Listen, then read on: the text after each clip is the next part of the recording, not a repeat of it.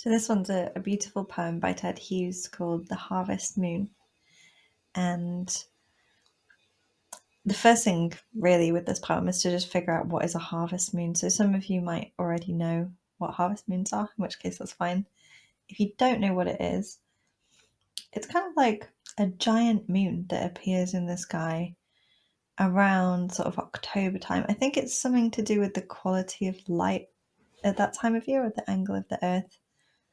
Not quite sure, but for whatever reason, the normal moon that appears in the sky that's just kind of like a, small silver ball swells and glows, and it becomes kind of big and orange and much more kind of noticeable and pronounced. And it's meant to be a good thing. It's meant to be the signal of, autumn time of year, harvesting, that kind of thing. So it's not a bad thing, the harvest moon. So the poem is called The Harvest Moon, and it's obviously about this time of year and that kind of moon specifically. So yeah, we'll jump into the poem then. So you can see kind of, the imagery of a normal moon doesn't apply here. We start with this idea of the flame red moon, the harvest moon. So it's a giant fiery ball in the sky, almost like a muted sun rather than like a silvery moon. So all of the imagery in this poem is really specific to not just the moon, but the harvest moon. It marks the change you can sort of see here from summer to fall, or summer to autumn, we say in England.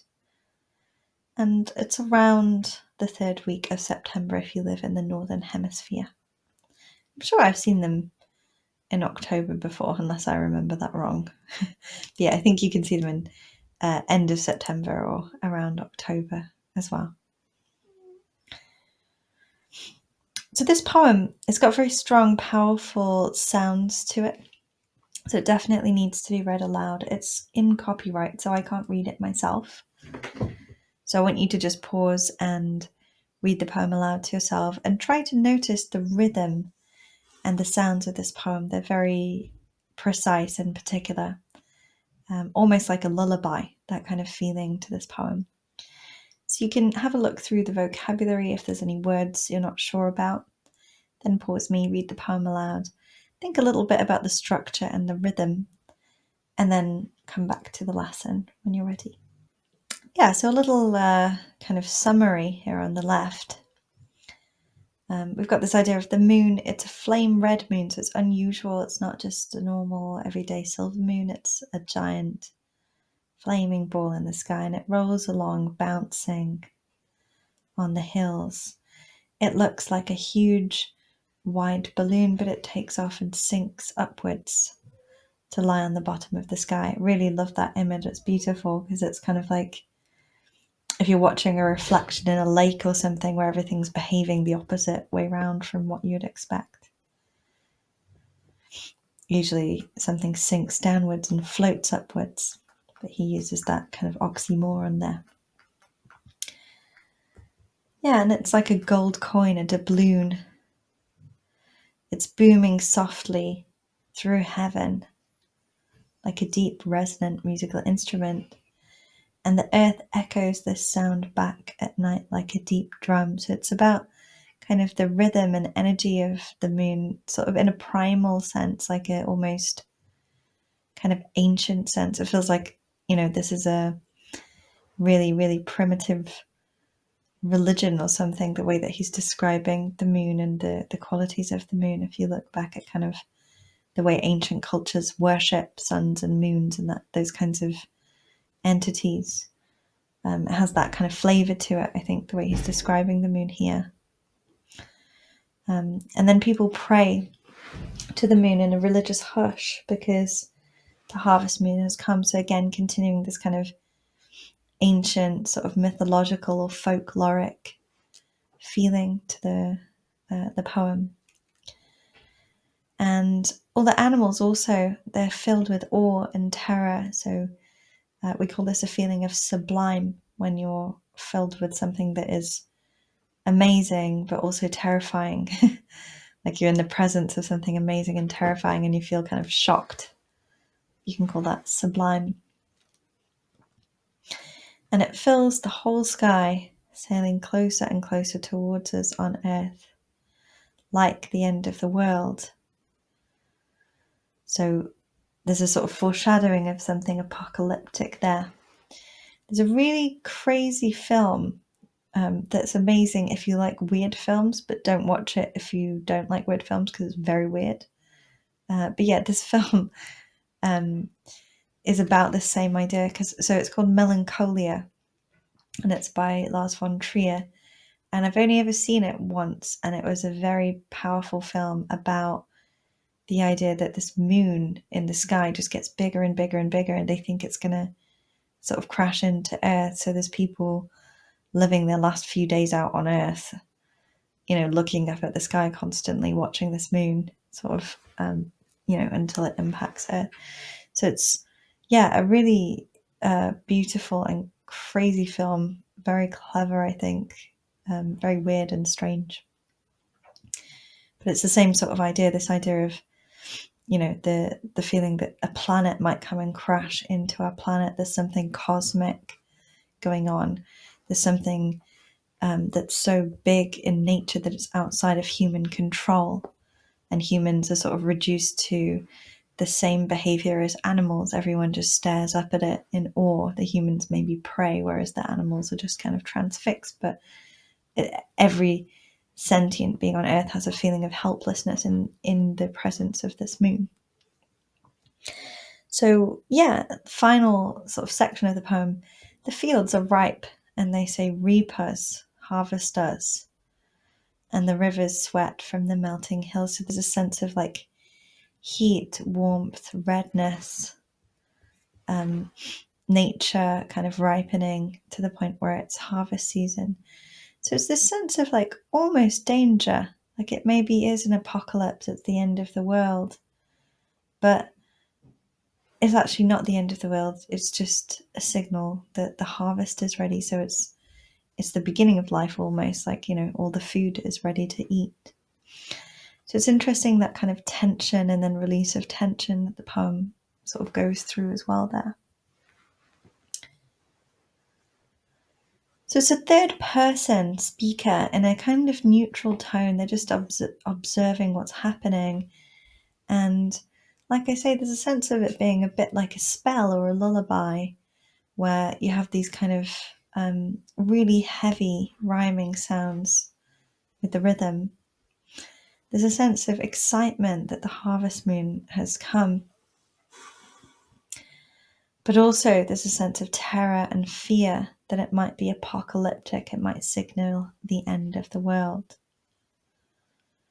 So it feels kind of, biblical in a way, but it also feels more primal and primitive and ancient, like it's even pre-Christian, the way that it's describing the kind of advent of this moon.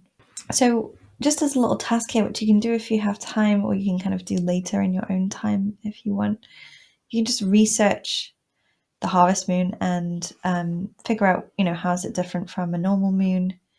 What kinds of beliefs do people have about the harvest moon in ancient civilizations? What did they think the harvest moon was? Because obviously nowadays we have science. Like I was saying, I think it's something to do with the Earth's atmosphere. I might be completely wrong, and if I am, definitely just message me about it, because sometimes I just get something stuck in my head and then I read about it later and I don't even know where I, invented it from in my brain. So yeah, I would say that, these lessons that I do probably are 99% accurate, and then every so often there'll just be something weird stuck in my head that is totally unfounded. So yeah, if you ever sort of notice that I'm just talking nonsense, you can always call me out on it. But basically, I think scientifically the harvest moon appears something to do with the atmosphere, or the kind of position of the Earth at that point in the year. And scientifically we can sort of figure out an explanation for that, but you can imagine in ancient cultures they just you'd have no idea what that was. You'd just be like, whoa, the moon's always like this, and suddenly it's just huge. Like I remember for some reason I had this very crazy story. So it was really sad. It was one of my very close friends' mother's funerals, and I got invited to it, and it was in London. I had to go to London, and it was in this cemetery at night in London. So I was in this kind of graveyard. It was very dark, and it was also super snowy and cold. And for some reason, there was a special kind of moon on that night. So there was this thing called a blood moon, which was terrifying. And it's this giant red moon in the sky that's bright red. And it was something to do with it being January that this blood moon appeared. And so yeah, I had to go to a funeral in the cemetery, and that would have been normally just a kind of sad experience that was, part of life and accepting life. But it turned into sort of like a horror film because of this blood moon, there's this giant red moon in the sky everywhere. So even nowadays, if you do have a scientific explanation for these types of phenomena, they can still have a really profound impact on you, on your experience of nature or your experience of your day. But before we could explain them, you can imagine, what would people think about a giant orange moon in the sky that looked like a ball of fire? So you can research the moon, research harvest moons, research traditional kind of stories about the moon, and make a few notes on what people think harvest moons are, or what they used to think in more ancient cultures, what the harvest moon is. You can compare and contrast that to Hughes's portrayal of it here, because he kind of puts his own personal spin on it. He's not really drawing from any one particular tradition or culture about the moon. It's more just, I think, him observing the moon in a sort of deeply natural and spiritual way, trying to engage with what that is and how we respond to it as humans. So yeah, there's a lot of techniques here. I'm not going to go too deep into these. You can just kind of have a look at them in your own time. There's a lot more than is here as well. So I always just give you a bit of a starting point with the language features and structure in the lessons. You can always go find your own ones as well. I like this one, like a gold doubloon, just because doubloons are like golden coins, and there's a sense of like richness or wealth that the moon imparts upon the earth, and then that transfers into the food and the harvest. So this sense of like, this perfect harmony of the way that nature works. I also like the sound imagery, booming softly through heaven, another oxymoron. So the use of multiple oxymorons in this poem give a sense of contradiction or uncertainty, or that kind of thing. Like it's unusual, there's sort of strangeness going on there. So yeah, with structure, you can kind of think about this in detail as well. It gets shorter as it goes on. So even though there's, multiple stanzas, they're kind of compressing, and there's this feeling of like, intensity increasing as those lines compress, so that the pace speeds up, and there's kind of more tension going on as the poem sort of shortens stanza by stanza. There's some really beautiful, kind of very pleasant, but also almost slightly childish or lullaby-like rhyming sounds: moon, balloon, doubloon, bassoon, common drum. They're almost they're so obvious. They're what we call full rhyme sounds, and they're the kinds of things that you would find in nursery tales or lullabies for children. So those sounds make the poem feel, like a lullaby, like something that you might read to a child, almost musical as well, like a song. There's an interesting analysis of meter here, so I'm not going to go deeply into meter because not everyone needs it in their essays or in, when they're studying poems. It's like a specialized high level thing. So if you're studying this poem at high level, or you're trying to get super high grade, just spend a little bit of time looking at the meter here, because it is really interesting what he does with meter. And if you like poetry in general, definitely get into meter. It's like a whole new level of understanding poems. But yeah, I won't bore you with it right now. We can keep going through. You can always download these from the scribbly.com website, and you can also go there for more lessons and all sorts of English help. So yeah, if you want this document, you can go to scribbly.com for it as well. And for a full TED Hughes course that I'm working on at the moment. Yeah, so it was published in 1975 in a collection called Season Songs. So you notice that the entire collection has this feeling, all the poems in it are songs, and they're all about different elements of the season. So you can see sort of how that single poem fits within the whole concept of the collection that it was published in. And like I was saying, because you've got this lullaby or this infantile feeling, it was actually meant initially for children, but Hughes said it grew up as he wrote it. So he was trying to write a set of poems for children, and then it just became more and more adult and kind of like complex as it goes on. You can kind of see that in the structure of the poem as well.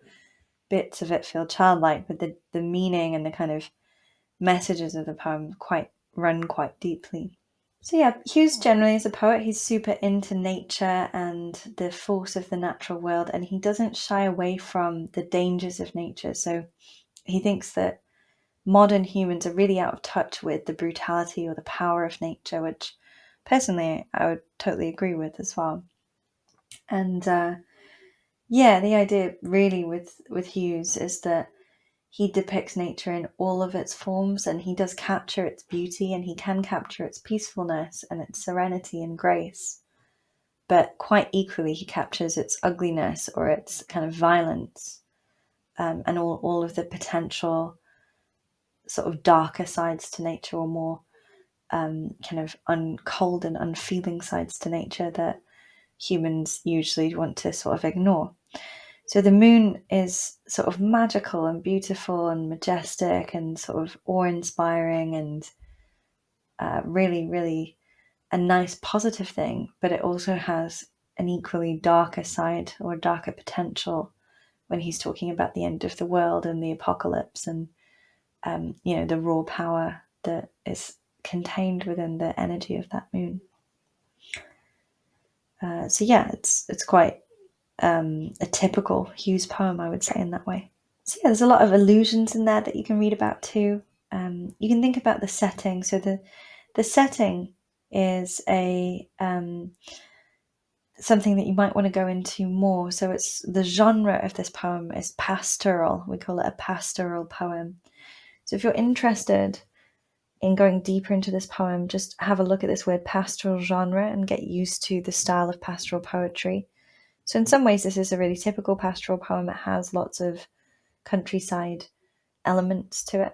But in other ways, it's actually quite unusual for pastoral genre. So in the same way that analysing the meter is something that's going to get you a really good grade, or it's going to give you really deep insight into this poem, the pastoral thing, that will also really help you there. So looking at pastoral genre and understanding what pastoral poems are, and then thinking about how this poem is pastoral, but also how it's unusual for a pastoral poem.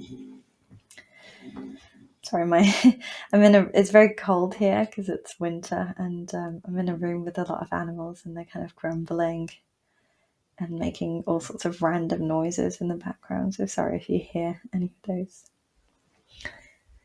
So another task, once you're kind of confident generally on the harvest moon, is to think of the literary depictions and mythological depictions of the harvest moon. So you want to research the way that moons generally are used in poetry and literature. How do they get used in classical and ancient legends, but also how they're used in modern literature as well? And then think about how that filters into the poem. So Hughes is extremely well read, highly knowledgeable poet who is drawing on a lot of tradition when he writes. So in order to understand him really well, you kind of have to go back into the canon of Western literature and understand that well as well, which makes it almost a lifelong pursuit to sort of read Hughes and understand him well, which, as someone who's been reading Ted Hughes since I was a kid and always finds refreshing new things to like about him, I would say. It's a worthwhile thing to do, but it takes a while to get to a point where you're like, yeah, I actually really understand this guy. I mean, I probably still don't understand him, I think. I've probably still got quite a way to go before I'm like fully, I'd understand every word or every symbol that he uses. So, attitudes in the poem. Nature is holy and spiritual, but nature is also extremely powerful and potentially dangerous.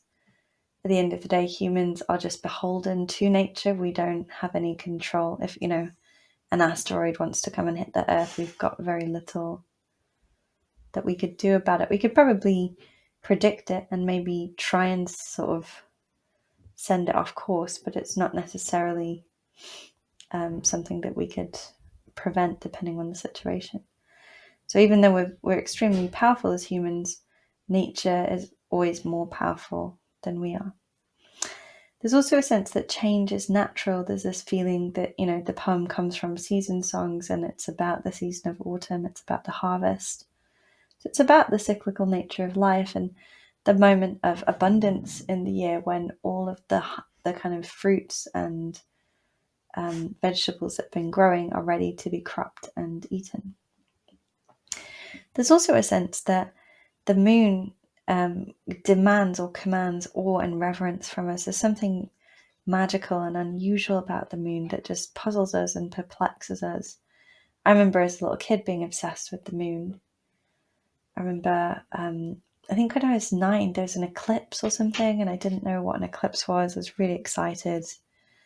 And I watched it from my window with sunglasses and a telescope. And where I was, it wasn't a full eclipse, so the whole world didn't go dark or anything. But I remember staring at the sun for ages and then thinking about the sun and its position to the moon and the way that if the moon goes in front of the sun, the world goes dark, and how magical that was as a sort of realization. So even from a young age, not everyone, but most people do have some sort of fascination with the cosmos and the universe and planets and the way that our planet fits within the whole solar system or the whole of everything, really. So he's trying to capture that childlike mystery and wonder there as well, which you can probably see. So when you're ready, there's a lot of tasks here for you to do. You can kind of do them in any order, but the essay questions are something you should probably do last once you feel quite knowledgeable. And the exercises will just help you to understand the poem on a bit more of a deeper level as well. Hopefully you've enjoyed this little kind of mini lesson and you're feeling quite confident on the poem. Hopefully you thought about your own experiences with moons at some point. I've told you a few stories about me and moons just to kind of, give anecdotes and explanations. So thank you very much for listening, and I'll see you guys soon in a future lesson. Bye for now.